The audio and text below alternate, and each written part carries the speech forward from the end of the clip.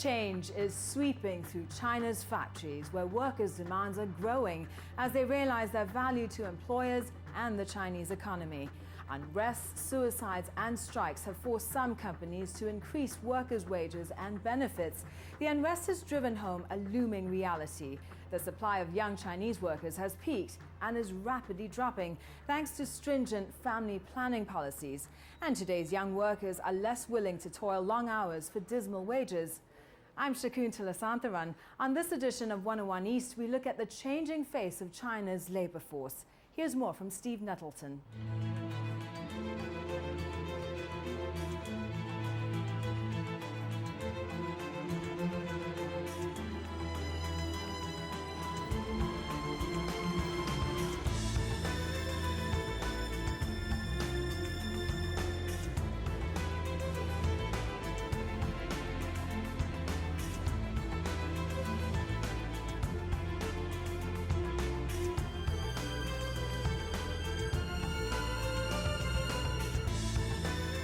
As the turbines of China's great factories spin off the cobwebs of the world economic crisis, with orders for low-cost goods surging to new highs, an awakening is taking place. The hundreds of millions of workers that have quietly powered China's export assembly line for decades are finding their voice.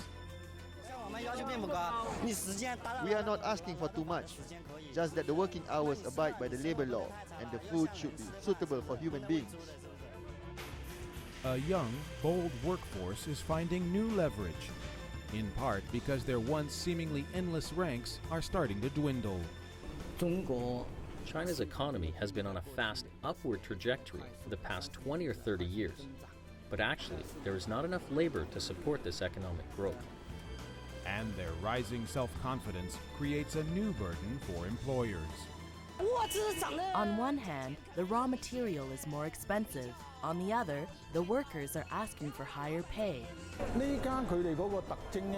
Workers are spoiled now. Their eagerness to learn and work hard is lower than those born in the 60s and 70s.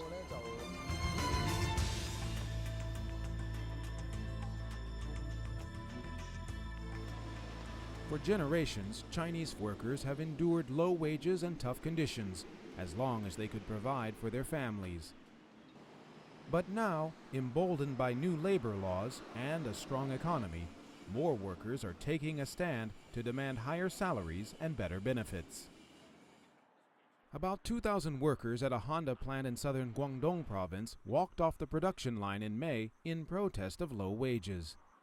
The stoppage ended after management agreed to a pay raise, but it inspired strikes in dozens of other factories across China. As the Honda shutdown was nearing its end, one worker, who wished not to be identified, sensed a movement was underway. Strikes are happening in other places as well. It is nationwide. All the workers are paying great attention to the development of the strike here. The strike has become an example. The unrest comes as a new wave of workers in their 20s takes their turn to fill factory payrolls. They are the first generation born under China's strict family planning policies that sought to limit most parents to having only one child. The policy significantly reduced birth rates, especially in rural areas, the source from which the bulk of China's floating labor population comes. Labor-intensive industries still make up the majority of China's economy, so economic prosperity is based on labor. The rapid increase in exports means the market needs even more workers, but since 2004, the supply of labor, especially cheap labor from rural areas, has been going down. Liu Kaiming is the director of a labor advocacy organization in Shenzhen, which monitors working conditions and seeks to improve workers' rights. China is now facing a dilemma. On one hand, many college graduates cannot secure a job because there are not enough high-level positions for them. On the other, labor-intensive industries are short of labor. At job fairs like this one in Guangzhou, openings far outnumber applicants. Where 2 years ago, crowds of unemployed workers scrambled for any position, job candidates now have the luxury of choice. It's more competitive. Pretty much everyone can get a job that they want. there are more factories and companies. 现在目前就是说还有一些厂家啊，他就言行不一致，就是说。 There are many opportunities to get a job, but there is a lot of inconsistency between what is promised and what many companies or factories do. Like these companies that come to this job market today, what they say is fairly attractive, but once you get into the factory, things are not the same as what they claim to offer. Recruiters here are finding they must compete not only with local factories, but with new industrial zones elsewhere in China that are drawing away a shrinking labor pool. In the old days, you didn't need to come to a job market to recruit. We hardly ever participated at job fairs like this because there were many workers coming down to the south. They even came to our doors. As soon as we posted a job notice, loads of people lined up for it.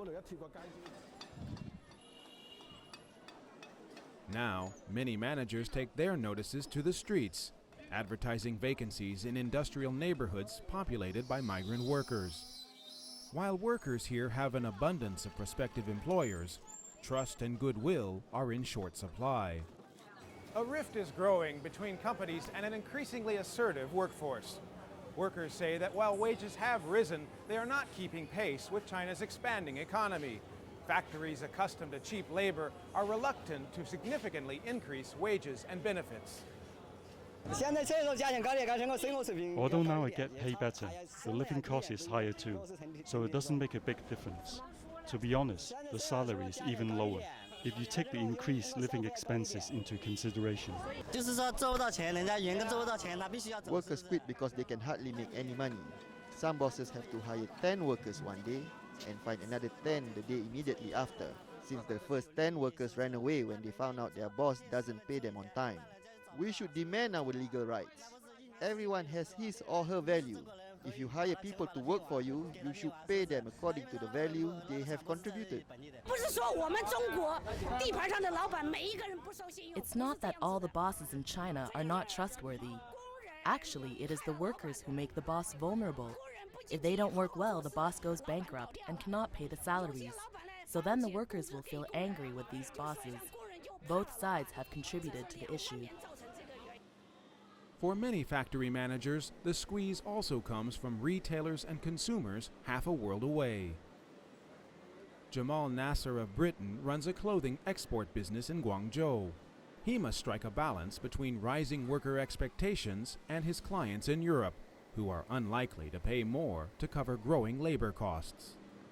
So when they purchase a garment from the third world or China or India, they're expecting to get so low bottom price, and when the machinists or when the staff, they start asking for more money.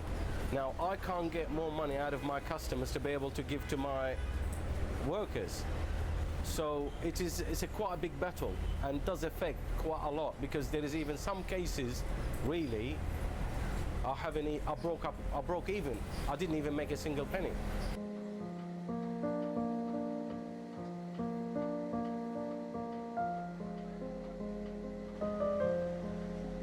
Workers born in the 1960s, like Zheng Jianbo, are used to putting up with hardship, what the Chinese call eating bitterness. These days, bosses treat workers like kings, because there are fewer workers now. Before, workers from other provinces worked very hard. Even if the boss asked them to leave, they wouldn't leave. If the work was reasonable, they worked really hard. Zheng left his hometown in Guangdong province 11 years ago when he was already in his 30s, moving from factory to factory in Guangzhou. He and his wife, Wang Ruihuan, now both work for Nasser's clothing company. I first started working here because of our living conditions. We were poor. Nothing went well back home. So we came out to work. At first, I only made $45 per month. It was very low, but it was better than working in my hometown. Salaries have risen, but so have costs. The couple just makes enough to pay for their son's tuition fees, rent, and living expenses. They plan to keep working only a few more years until their son is old enough to support himself. They feel they have little in common with the work ethic of younger workers. People are different from generation to generation. Before, we had to endure hardship. People now talk about enjoyment and dining out. Before, it was about having adequate clothing and food. Now, it is about being fairly prosperous and secure. Coming up after the break, Chinese workers discover that finding a job is the easy part. Putting up with it is a different challenge. It's not convenient to come out. This is not good. We don't have much freedom now. Nobody will help us. Nobody cares about us.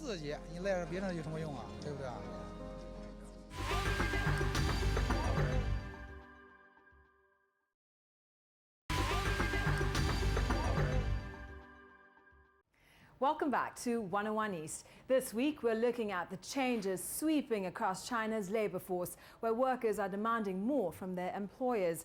Here's more from Steve Nettleton.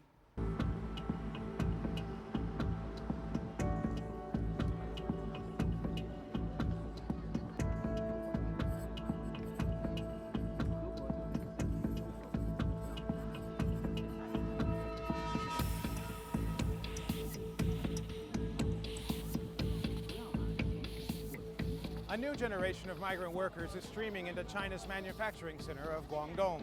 They are younger, better educated, and have bigger dreams than their predecessors. Unlike before, they are not here just to feed their families. They want to enjoy their share of China's economic miracle.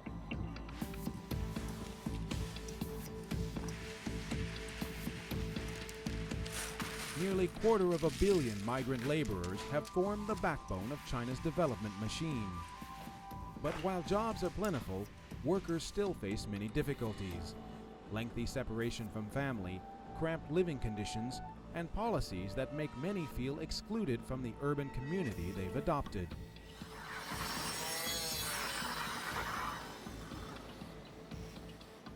Liu Wenxiong and Hu Lihua came to Guangzhou to make a living in the garment industry. They met on the job and were married 4 years ago. Finding profitable work has not been a problem. In the past, it was the bosses that were looking for tailors. They went to our hometowns to find workers, recommended by some relatives and friends. Now for all the factories, it is hard for them to recruit tailors like us. We now can choose the factory. Every clothes factory needs the tailors, and if they don't provide a good salary, we just leave. But for all its economic opportunity, Guangzhou has never felt much like a home. I don't think I will stay working in Guangzhou for all my life, because our children will go to the schools in our hometown. We just want to make some money with which we can go back to run a small business. Certainly we won't do migrant work for all our lives. Guangdong is a place only good for making a fortune, and it's not a nice and suitable place for living. Wherever migrants like Liu and Hu go, they will always be officially regarded as temporary residents and ineligible for certain public services. That's because, according to the government, they are still citizens of their hometown in Hubei province. China has long used a household registration permit, known as the hukou, to control the population flow from the countryside to the cities. One social status is closely combined with their hukou. One with a rural hukou is destined to be a farmer. Although they can come to the cities, they are only allowed to go to a place to work. They don't have the right of migration. All their political rights and social rights as a citizen are still preserved at their residence where their hukou is held. The policy makes migrant workers rootless and always on the go. As non-residents, they do not qualify for subsidized housing, free secondary education for their children, or public health insurance programs.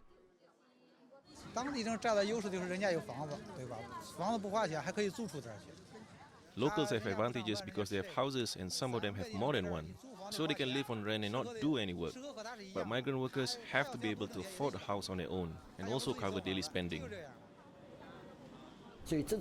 The hukou policy is a system of social exclusion, which makes it impossible for migrant workers to enjoy the advantages of economic development like others who live in big cities. Although more people have realized the disadvantage of this policy, the country has not abolished it because, to a great extent, it helps ensure China's edge of abundant, cheap labor. In some parts of China, the hukou system is going through a change. The Yangtze River metropolis of Chongqing is offering to grant millions of workers from the countryside a city hukou. Chongqing is more than a single city. It is a mountainous chunk of central China the size of Austria, populated by more than 33 million people, 20 million of them farmers. According to the new policy, farmers who live in the urban center for 5 years or in rural areas for 3 can apply for a city hukou. But many rural residents are skeptical of the plan, as they must sell the rights to their farmland to take up the offer. They say it's unclear how much they would receive and how they'd then make a living in the city. Ms. Zhang works as a waitress at a small restaurant in downtown Chongqing. She comes from a village outside the urban center. She is reluctant to apply for a city hukou for fear it would mean losing her rural home. Housing and living costs in the city will be our burden. Residence is a primary problem because the housing price in Chongqing is really high and most of us can't afford it. But if the living fee and housing problem can be solved, most of us would like to transfer our hukou to the city. After all, the city has convenient facilities and more chances to make money. Travel agent Zhang Qian commutes 2 hours every day to downtown Chongqing from her home in the mountains across the river. She has worked in factories in Guangdong and eastern Jiangsu province, but now prefers to stay in her hometown. Her parents have switched to an urban hukou, but she is in no rush to change hers. I feel for the government, the policy of changing the rural resident status to urban resident status is a good way for the old people who have lost work. Since in the rural areas, if they don't work, they need to rely on their children for life expenses. As for young people like us, we would like to work in factories or companies. The employers will pay their part of our social welfare and pensions. So for us, there are few differences. Swelling populations of floating workers have led other major cities to try new tactics in managing the flow. In Beijing, where more than 7 million of the city's 19 million residents are migrant laborers, walls are rising around some low-income neighborhoods. An ID card is now required to enter Dashengzhuang, a community mostly inhabited by migrant workers in the capital's southern suburbs. Gates bar the entrance, while security guards and surveillance cameras keep watch on comings and goings. Authorities say the measures are needed to protect the neighborhood from rising crime, a sentiment shared by some locals. I think it's good for our security. It's not safe to allow strangers to get in.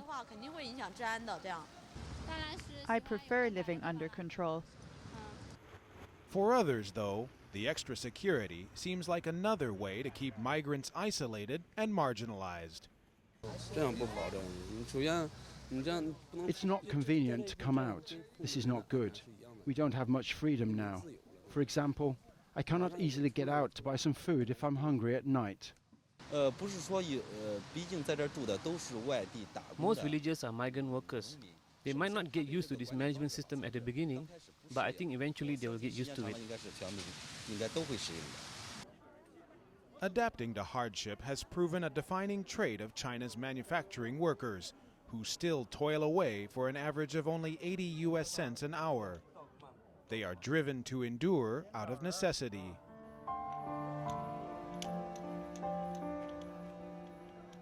We have to stand on our own. To afford a home, you have to work on your own. Nobody will help us. Nobody cares about us. We will always work more if we can.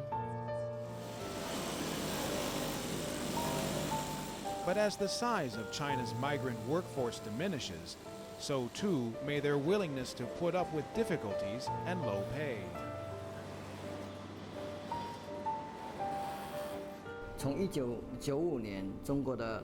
There were 19,000 cases of labor conflicts in 1995, while in 2009, the number topped 800,000. It increased quite fast. I believe there will be more new generation workers who support the establishment of a workers' union, which can really speak for their interests. This may even influence the country's political structure in the future.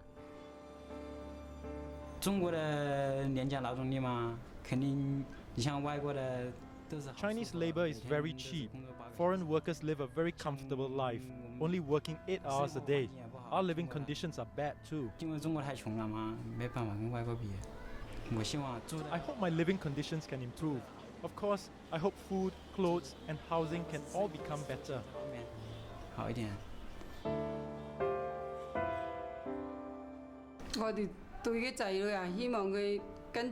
I hope my kids don't have to suffer like us.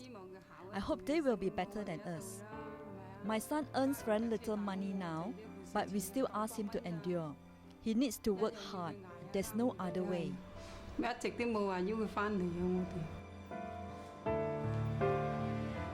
But today's new generation of workers will be demanding more for their hard labor, knowing they are the driving force behind China's export economy.